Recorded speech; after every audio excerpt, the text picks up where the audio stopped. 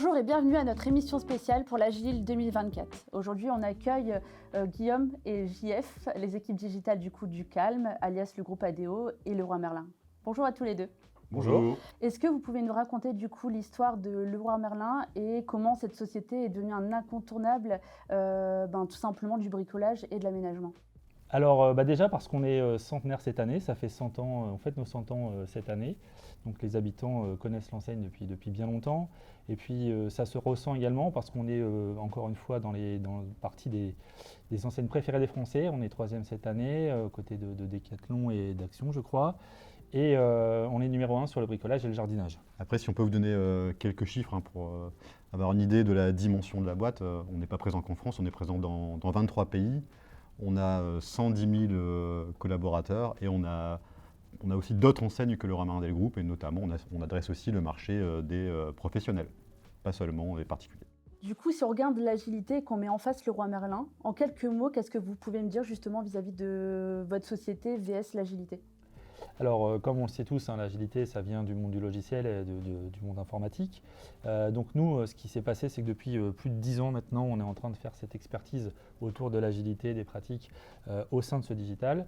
Et on est arrivé dans une phase où on commence à se demander, enfin non, on ne se demande même pas, on exécute, on prend cette expertise au service du tout de l'entreprise. Donc on travaille aussi bien que nos services internes qu'avec nos magasins. Et par exemple, en magasin aujourd'hui, l'agilité, ça veut dire quoi? C'est comment gérer tous les sujets un peu en transverse qui viennent en plus de mon quotidien, de mon run et de tout ce qu'on peut connaître aujourd'hui en magasin, en surface de vente, et de se dire comment j'arrive à gérer en plus tous les à côté sur les sujets transverses, en priorisant, en donnant du rythme, en s'animant, en se voyant avancer, en ayant cherché vraiment de la décision au plus près du terrain. Et là aujourd'hui, on a compté, c'est le fait qu'on fait plus de l'agilité pour faire de l'agilité, on essaye de faire de l'agilité au service de la stratégie d'entreprise, au service des problématiques du moment, une agilité qui va être utile aux sujets qui sont là sur l'instant présent et auxquels il faut répondre. Et aujourd'hui, on essaye aussi donc de sortir de l'agilité de l'IT, de l'amener dans les magasins, dans les autres métiers, au headquarter, comme on dit en français déjà. Headquarter. En français, c'est au siège, pardon. On connaît tous Leroy Merlin comme enseigne de bricolage et également d'aménagement. Demain, si on devait comparer Leroy Merlin à un outil de bricolage, lequel serait-il? Un outil de bricolage? Ce serait une caisse à outils, forcément. Ouais, c'est pas mal représentatif. On fait tellement de choses. Notre métier de base, c'est sûr que c'est le bricolage, c'est la vente aussi, on est des retailers. Mais maintenant, on a aussi une partie de la boîte qui fait du digital, par exemple.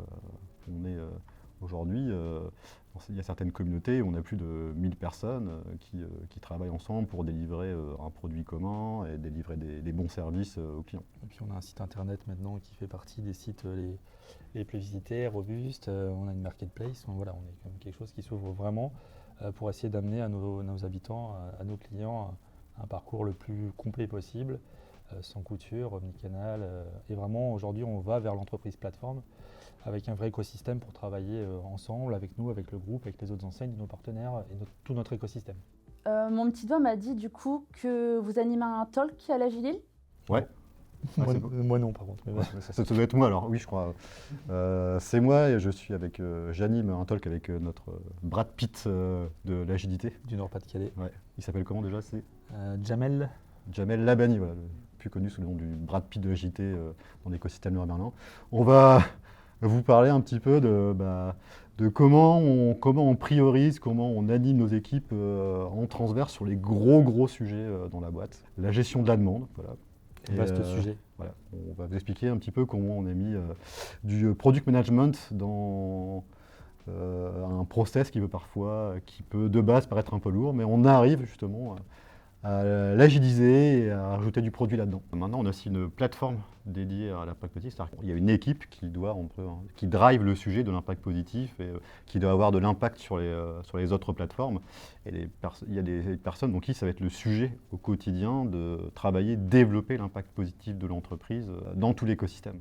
Comme vous le savez, depuis plusieurs années, du coup, la Gilil tend à tendre vers une démarche côté RSE. Aujourd'hui, quelles sont justement les actions que Leroy Merlin met en place sur cette partie justement RSE?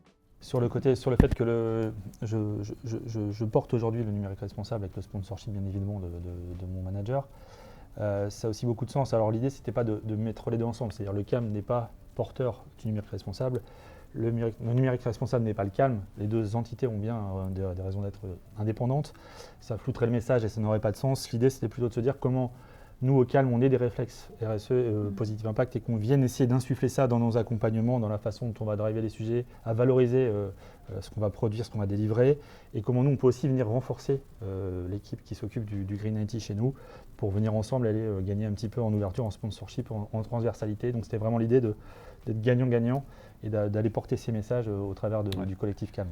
Et au sein de l'équipe, dans le CAM, on va tous devoir un peu cranter sur ces sujets. Je l'ai dit lundi, toi t'écoutais lundi. Ouais, c'est vrai.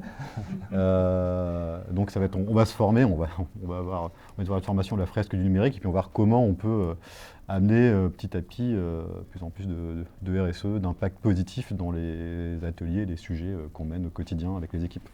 En tant que sponsor pour l'Agilil 2024, vous bénéficiez du coup un stand. Qu'est-ce que vous nous bricolez pour cette année ? Alors, on est vraiment en train de le bricoler. On a fait le premier atelier sur le sujet la semaine dernière. En fait, on va proposer des thématiques. On va essayer de parler un peu justement RSE et Positive Impact dans l'agilité. Comment on peut, avec l'agilité, insuffler un petit peu plus ça.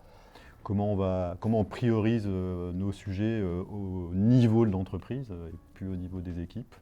Et peut-être aussi un petit peu de comment on peut insuffler l'agilité en magasin notamment et donc auprès de nos conseillers de vente et nos équipes qui sont sur le terrain.